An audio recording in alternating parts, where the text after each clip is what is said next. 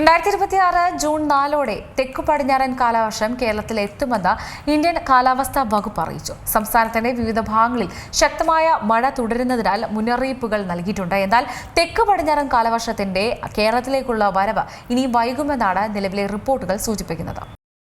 കേന്ദ്ര കാലാവസ്ഥാ വകുപ്പ് ഏറ്റവും ഒടുവിൽ പുറത്തിറക്കിയ മുന്നറിയിപ്പുകൾ അനുസരിച്ച് മറ്റന്നാളോടുകൂടി ജൂൺ 4 തെക്ക് പടിഞ്ഞാറൻ കാലവർഷം കേരളത്തിലെത്തുമെന്നാണ് പറയുന്നത്. എന്നിരുന്നാൽ പോലും ഇനിയും കാലവർഷം ഒരുപക്ഷെ വൈകാനുള്ള സാധ്യത നിലനിൽക്കുന്നുണ്ട്. കേന്ദ്ര കാലാവസ്ഥാ വകുപ്പിന്റെ ഏറ്റവും ഒടുവിൽ പുറത്തിറങ്ങിയ മുന്നറിയിപ്പിലാണ് ഇക്കാര്യം വ്യക്തമാക്കുന്നത്.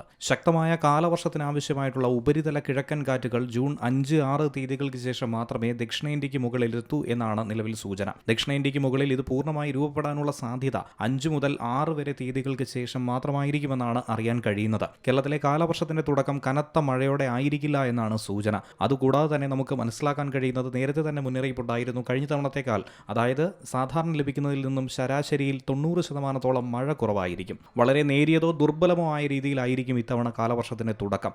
ക്രമേണ മാത്രമേ കാലവർഷം ശക്തി പ്രാപിക്കൂ എന്നാണ് മനസ്സിലാക്കാൻ കഴിയുന്നത്. ജൂൺ മുതൽ സെപ്റ്റംബർ വരെ നീണ്ടു നിൽക്കുന്ന രീതിയിലാണ് ഇത്തവണ കാലവർഷം അനുഭവപ്പെടുക.